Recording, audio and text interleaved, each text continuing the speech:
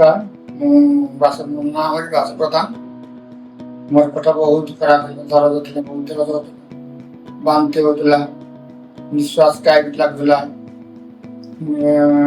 निश्वास टाइट होता, मुंड बुलाऊला, किसी जानी पारुन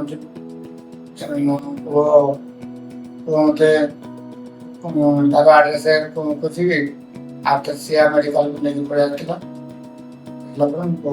डॉक्सेस किपरि आपण जोगाजोग करिले डॉक्सेस विषय हमको जड़े कही आम डॉक्सेस फोन करूँ डॉक्सेस फोन कला देवाशीष सर सहित परामर्श कर आदर्श हॉस्पिटल रे हम बेड जोगाजोग व्यवस्था कराइले।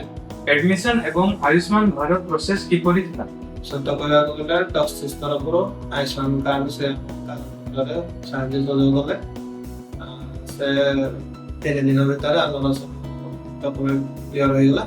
ତାପରେ ଆମକୁ କୌଣସି ଜାଗାକୁ ଦୌଡ଼ିବା ପାଇଁ ପଡ଼ିଲା ନାହିଁ, ସୁବିଧା ସବୁ ମିଳିଗଲା। ଆପଣଙ୍କର ଚିକିତ୍ସା କିପରି ଥିଲା? ମୋର ଚିକିତ୍ସା ବହୁତ ଆଜ୍ଞା ମାନେ ଆଉ ନଥିଲେ ସେଥିରେ ମୋ ପେଟ ପୁରା ଦରଜ ଥିଲା। ମୁଁ ଦେଖିନି ମୁଁ ପଚାରିନା ଆପଣ ଯାହା ବୁଝିବା ବୁଝନ୍ତୁ, ଏ ବିଷୟରେ ମୁଁ କିଛି ଆଉ କହିପାରିବିନି। କିନ୍ତୁ ମୋତେ ବହୁତ ବଢ଼ିଆ ଲାଗିଲା ଯେ ଯାହା ହଉ ଡକ୍ଟରମାନଙ୍କ ସାହାଯ୍ୟରେ ବହୁତ ଭଲ ସୁନ୍ଦର ଅତି ସୁନ୍ଦର ଭାବରେ ଟ୍ରିଟମେଣ୍ଟ ହେଲା।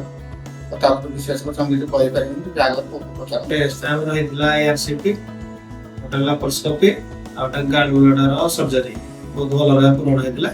ସର୍ଜରୀ ପରେ ଡକ୍ସେଜର ସହଯୋଗ କିପରି ଥିଲା? ସର୍ଜରୀ ପରେ ଡକ୍ସେଜର ସହଯୋଗ ବହୁତ ଭଲ ଥିଲା।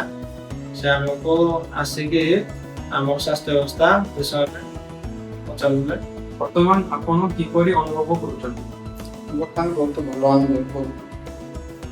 ଡକ୍ଟରମାନଙ୍କର ସହଯୋଗ, ଦେବାଶିଷଙ୍କର ସହଯୋଗ, କର୍ମଚାରୀମାନଙ୍କର ସହଯୋଗ, ମେଡ଼ିକାଲ କର୍ମଚାରୀ ସହଯୋଗ ହିସାବରେ ଯାହା ବହୁତ ବହୁତ ଭଲରେ ଅଛି।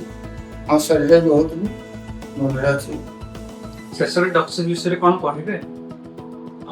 डॉक्सेस तो हमको बहुत साहाଯ୍य करिছে से हमको एडमिशन नेकी डिस्चार्ज मतलब बहुत साहाଯ୍य करिছে तो तांको डॉक्सेस बाहर लोक को ये जणेबी कि डॉक्सेस बहुत भलो आ डॉक्सेस जते तांको आयुष्मान कार्ड रे केते कोन सुविधा हले बापांकर भी बहुत भलो हला तो तांको डॉक्सेस को कहिबी कि जोगाजोग करिया।